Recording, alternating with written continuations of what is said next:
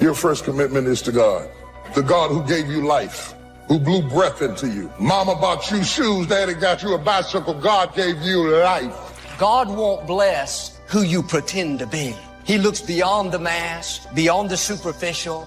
Being vulnerable is not a weakness, it's a strength. But when we pretend, try to impress people, live for our image, that puts pressure on us. We have to perform, make sure they think I'm good, I'm strong, I'm talented. Take off the mask. You can be real. What they think of you doesn't really matter. They don't control your destiny. Why don't you let the people in your life off the hook? Maybe they did the best they could. They may have made decisions that you don't understand, feels like it puts you at a disadvantage, but you didn't have to walk in their shoes. Maybe nobody gave them what they needed to give to you. Bottom line, nobody owes you anything. God is keeping all the records. He has seen everything that's happened in your life. You got to make changes. You got to say no. You got to disappoint people. You got to walk away from some stuff. You have to. The injustice, the bad breaks, the person that did you wrong, those people cannot pay you back. They cannot make you whole. Only God can. Quit looking to people to make it up to you. Quit trying to get somebody to apologize, to give you what they don't have, to admit they were wrong. If you'll go to God, He'll bring you out better. He'll make the rest of your life more rewarding, more fulfilling than it would have been if that hadn't have happened in the first place. In the morning, devour something. Throw your whole self at something. You'll never know what you can do and what you can be until you throw your whole self at it. Devour it. Attack it like you're going to kill it. Devour the prey. And in the evening, you divide the spoils. We have it backwards today. We want to divide the spoils in the morning. So we're blinging when we ought to be devouring. See, don't worry about whose name you wear when you're young. Worry about your name. You have to have a made-up mind that you are in it for the long haul. It may be difficult. You have a good reason to walk away. Don't take the easy way out. Stay committed to your dreams. Don't give up on the promises God put in your heart. Stay committed to your job. Be a loyal person, somebody they can count on day in and day out. You're not always going to feel like it. There will be good days and tough days. That's when you have to dig your heels in and say, I'm going to do the right thing when it's hard. I'm committed to this job. I'm going to be my best, even though my supervisor isn't treating me right. I'm committed to my dreams. I'm not going to give up because I don't see anything happening. I'm going to keep believing, expecting, thanking God. I know it's on the way. God rewards consistent, faithful, committed people. There are two powers in life that every one of us have to deal with every day. The two powers in life that you can never control or stop. The two most difficult components in life to manage is time and change. The key to your future is the successful management of time and change. You can't stop time. You can't stop change. So all you can do with them is manage them. And you become what you are based on how you manage both of them. I want to simplify life for you. You are simply a product of how you use your time and how you manage the changes you've been through so far. And what you become in 10 years from now will be a result of how you manage time and the changes. What did I do with the year that just passed? How much of it did I waste watching television? Being with people who had no interest in success? Being involved in habits that didn't improve my life? What did I spend that year on?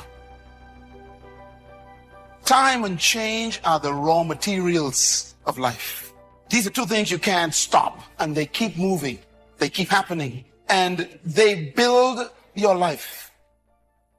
Time and change are building blocks. In other words, time and change are the only commodities in life that every human have in common. All of us are given 24 hours every day, and all of us are subject to change every day. So no one is better or less when it comes to time and change. Time also gives you this opportunity for you to make plans, to plan your life. And the secret to life is effective management of time and chance. You cannot control time nor change, but you can plan the way you use them. Successful people are simply people who effectively planned how they use time. Someone said, if you aim at nothing, you will never miss. Planning creates bullseyes. It creates destinies. It creates targets. Without a plan, you are just shooting in the wind. Don't allow another year be a year of just shooting in the wind. I mean, really, how many years ago did you come up with what you could and couldn't do in your life? How many years ago? Most people, if they really look at how they're living their life today, it's based on a set of standards, a set of beliefs that they made choices about 10, 20, 30 or more years ago. I mean, very often we made decisions in our youth about what to believe, about what we were capable of, about who we are as a person, and that becomes the glass ceiling, if you will, that controls us. I'll give you an example. Look at your physical body. Your physical body today is an absolute reflection of only one thing, not your goals, not your desires, but your standards. Again, the strongest force in the human personality is this need to stay consistent with how we define ourselves. And that's what's going to make your death so sad, is that you never live first. You never fully engaged. You never fully studied. You never fully invested in anything or anybody. You want to get something that you are not willing to give. You have never been joined. You just wore the dress, got the plaque, they threw the rice, you took the job, but you've never seen what you could be if you threw your whole self at your dream. Despite everything that's been written about the importance of goal setting, very few people actually put it into practice. It's always amazed me the way the average guy puts more thought and effort into planning his 2-week vacation than he devotes to planning his life. Challenge creates strong character, and goals represent challenge in its most positive form. Leaders have their personal goals clearly in focus, as well as the goals of the organization. In fact, one of the principal responsibilities of leadership is defining goals for the vast majority of people who aren't able to do it for themselves. How do you keep the faith? How do you keep your head above water? How do you march against the tide? How do you stand up when everybody around you seems to be falling down? How do you keep firm and solid footing when everything underneath you seems to be slipping away?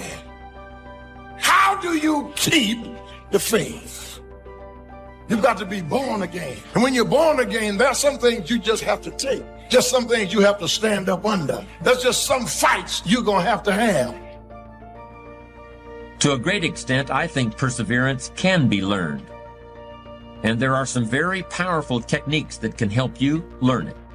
By far, the most important tool you can use in developing perseverance is a personal list of challenging, realistic, well-defined, and highly rewarding goals. Goals are major to a genuinely success-oriented person. Without them, you're just playing around. In recent years, we've overlooked the importance of perseverance to some extent because we believe so strongly in talent as the true determinant of success. For instance, there are a great many special programs in the schools for so-called gifted children, and these programs can begin as early as the 1st grade. A child is tested, and he's either gifted or he isn't. He either has talent or he doesn't. Our expectations of him change based on how he does on those expectations for himself change also. Of course, there are some educational systems that place a little less faith in talent and a little more faith in long, hard work. And since those systems have been the source of some incredible progress in recent years, I think it's important to look closely at perseverance and how you can get some of that stuff whatever your gifts and talents may be. You don't have to lose your faith just because God didn't say yes to what you requested him to do. You don't have to have a nervous breakdown, a pity party, throw in the towel just because you didn't get the job, didn't get the house, didn't get the healing, didn't get what you wanted from the Lord. You don't always get your goals, but you always get your standards. Everybody in life gets their musts. They don't get their shoulds. Most people have a list of shoulds, don't they? Don't you have a list of the shoulds, things you should do, you should follow through on? I should get into the office earlier. I should be, more confident. Whatever your should list is, when you decide something is a must for you, an absolute must, when you cut off any possible, you just say, I'm going to find the way, I'm going to make the way. Some people get it the first time they hear it. And then some folk got to go home and chew on it and think about it and turn it over in their minds. And sometimes it takes a year, 5 years, 8 years. You can't be impatient with the seed coming up because every seed does not come up at the same time. You have to be patient with the soil. You have to tend it. You have to take care of it. You have to make sure that when the seed is ready to be cast, that the soil is ready to receive it. The opposite of perseverance is procrastination. Perseverance means you never quit. Procrastination usually means you never get started. Although I consider the inability to finish something to be a form of procrastination. Ask people why they procrastinate, and you'll often hear something like this: I'm a perfectionist. Everything has to be just right before I can get down to work. Not too much noise, no telephone calls interrupting me, no distractions. And of course I have to be feeling well physically too. I can't work when I have a headache. The other end of procrastination, being unable to finish, also has a perfectionist explanation. I'm my own harshest critic. I'm just never satisfied. If all the I's aren't dotted and all the T's aren't crossed, I just can't consider that I'm done. That's just the way I am, and I'll probably never change. A fault is being turned into a virtue. The perfectionist is saying that his standards are just too high for this world.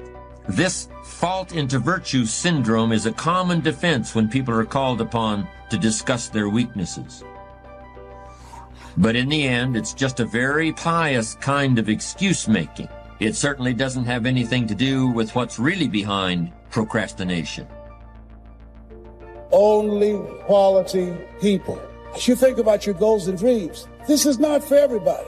You want to build an organization with only quality people.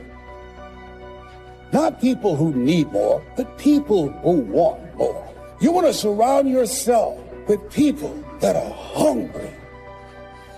People that are hungry are willing to do the things today others won't do in order to have the things tomorrow others won't have. If you do what is easy, always looking for a way to give yourself a pass, to let yourself off the hook, to do what everybody else is doing, a job, the journey of the broke. If you do what is easy, your life will be hard. But there's something in you that says, I can't do this. I can't do this anymore. There is an old person down inside of you that's dependent on you to be smart. It's the person you're going to be 30, 40 years from now. Do not disappoint that person by being foolish through the strongest years of your life. And then when your back is out and your knees are swollen and you can't move around, now you're out there going to get your grind on now? The basis of procrastination could be fear of failure. That's what extreme perfectionism really is once you take a hard look at it. What's the difference whether you're afraid of being less than perfect or afraid of anything else? You're still paralyzed by fear. What's the difference whether you never start or never finish? You're still stuck. You're still going nowhere. You're still overwhelmed by whatever task is before you. You're still allowing yourself to be dominated by a negative vision of the future in which you see yourself being criticized or laughed at or written out of town on a rail or punished. Of course, this negative vision of the future is really a mechanism that allows you to do nothing. It's a very convenient mental tool. Commitment means standing up for your life. It means honoring yourself. It means beginning to say and to see and recognize your alignment and oneness with the universe, and that you are a channel for life to express truth. And we short-circuit it with anger. We short-circuit it with fear. We short-circuit it by being lazy or apathetic or giving up easily. Why? We say, oh, it's too hard, it's too hard. We don't challenge our spirit. Ladies and gentlemen, there's nothing as powerful as the human spirit. You can't destroy it. You can pervert it, but you can't destroy it. So when you begin to say, what is it that I want to leave? What contribution that I want to begin to make? What difference do I want to make in life? What chances I need to take? What fears do I need to step on? What risks do I need to begin to embrace? You can either live your dreams or live your fears. You have got to get to a point where you say, I'm sick and tired of living like this. There's got to be more. That's when people go out and strike out on their dreams. Well, I'm going to tell you how to overcome procrastination. I'm going to show you how to turn procrastination into perseverance. The first principle is break it down. No matter what you're trying to accomplish, whether it's writing a book or climbing a mountain or painting a house, the key to achievement is your ability to break down the task into manageable pieces and knock them off one at a time. Focus on accomplishing what's right in front of you at this moment and ignore what's off in the distance someplace. Substitute real-time positive thinking for negative future visualization. That's the first all-important technique for bringing an end to procrastination. Procrastination won't be a problem because the task is now so small that fear won't kick in. And it all begins with those 3 words. Break it down. What is the vision for your life? What are the ideas and the dreams for your life? What are you supposed to be doing? Who are you? What are your gifts and talents? What is your ultimate destiny and your goals? God will never give you something somebody else is supposed to have. When I'm in a storm, I'm trying to gain control.